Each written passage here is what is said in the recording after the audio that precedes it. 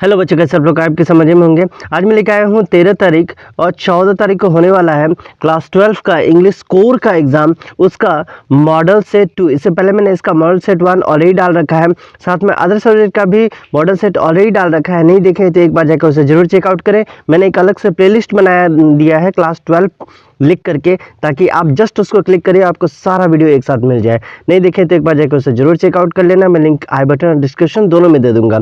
और जहां कहीं भी आपने ग्रुप बना के रखा है सब जगह शेयर जरूर करना, ताकि आपकी तरह आपके फ्रेंड को भी इसका फायदा मिलता रहे। तो चलिए बिना देर का शुरू करते हैं। मल्टीपल चॉइस क्वेश्चन रहेगा, जहां पूछा गया है what is written on the top of the notice. Notice का जो टॉप में है रहता है उसमें क्या लिखा हुआ रहता है। तो देखिए नोटिस है, नोटिस का टॉप में पूछा गया है, तो यहाँ पर मैं हमेशा नेम ऑफ इंस्टीट्यूशन यानी नेम ऑफ स्कूल या ऑर्गेनाइजेशन जो है वो लिखा जाता है।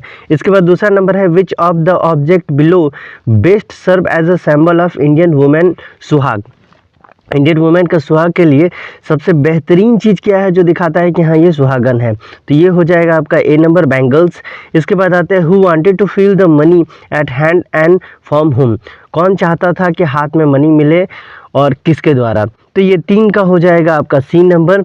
The rural folk from the city people. जो गाँव के लोग थे वो चाहते थे कि शहर के लोग कुछ पैसा हमें भी दे के जाए। चौथा नंबर है the poem my mother eight 66 is made up of. ठीक है, किस चीज़ के लिए बनाया गया था। तो अ सिंगल सेंटेंस में वो पूरा मदर को अपना डिफाइन कर रही है। 5 नंबर में how did the Douglas make sure that he had conquer the old terror. वो कैसे कंफर्म हुआ कि उसका जो पुराना डर था वो अब ख़त्म हो गया। तो ये हो जाएगा D number, by swimming into the lake Wentworth. यहाँ पर मैं सिर्फ आपको मैं टिक कराने का काम नहीं कर रहा हूँ, साथ में आपको समझाते भी चला जा रहा हूँ, ताकि आपको याद करने का जो झमेला है वो ना रहे। छठा नंबर है what is the first day cover. First day में किस चीज़ को कवर किया गया था। तो ये हो जाएगा C number, a new stamp with a post mark और डेट।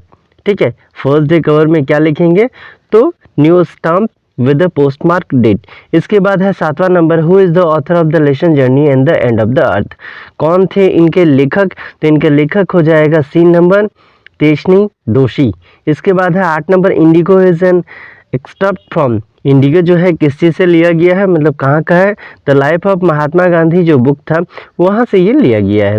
9 नंबर है what is written just below the sender's address in a letter to editor. जब लेटर टू एडिटर में लिखते हैं तो आप जो एड्रेस लिखते हैं सेंडर का, उसके नीचे आप क्या मेंशन करेंगे, तो ठीक उसके नीचे डेट मेंशन करेंगे। ये आपको बता देते हैं। सबसे पहले आप क्या है, क्या आप अपना ओन एड्रेस लिखेंगे, यहाँ पर मैं आप डेट लिखेंगे, थोड़ा सा जगह छोड़ करके, फिर द एडिटर लिखेंगे और किस पेपर का है वो लिखेंगे। ठीक है, ऐसे ही लिखा जाता है। 10 नंबर है the last lesson is set in the days of. The last lesson जो है किन दिनों में लिखा गया था। तो ये हो जाएगा जब फ्रैंको पर्सियन वार चल रहा था उस समय। 11 है Pablo Neruda tells that he would count to. जो लेखक है वो काउंट, ये क्या बोलते हैं, उन्होंने कहा कि हम काउंट करेंगे, कितना दूर तक काउंट करेंगे। तो वो कितना दूर तक काउंट करने वाले थे, 12 तक। What is a bore. Bore जो होता है वो क्या होता है। तो ये हो जाएगा pleasant said under a tree.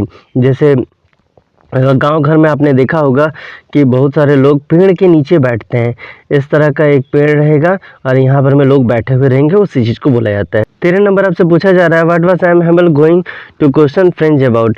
French से किस चीज़ का क्वेश्चन पूछ रहे हैं, तो बी नंबर हो जाएगा पार्टिसिपल का। इसके बाद है 14 number, the rack pickers have no identity but they have. Rack picker के पास कोई आइडेंटिटी नहीं था, लेकिन उनके पास क्या था, तो राशन कार्ड जो था उनके पास था। 15 है the pedlar compared the whole world to. Pedlar जो है पूरा दुनिया को किस चीज़ से कंपेयर कर रहा था, एक रैट ट्रैप से। 16 है who receive Gandhi at the Muzaffarpur station. Gandhi ji को लेने के लिए मुजफ्फरपुर स्टेशन में कौन आए थे, तो ये हो जाएगा सी नंबर, जेबी कृपलानी। 17 है Danny Casey was a player in the football team of. ये किस टीम से खेलते थे, तो ये हो जाएगा सी नंबर, आयरलैंड से खेलते थे।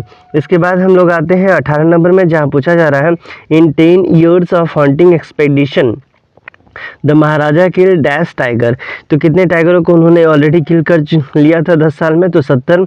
19 है at the at what age did doctor Sadao go to America, किस उम्र में डॉक्टर सदाव जो है वो अमेरिका गए थे, तो ये 22 साल का एज में गए थे।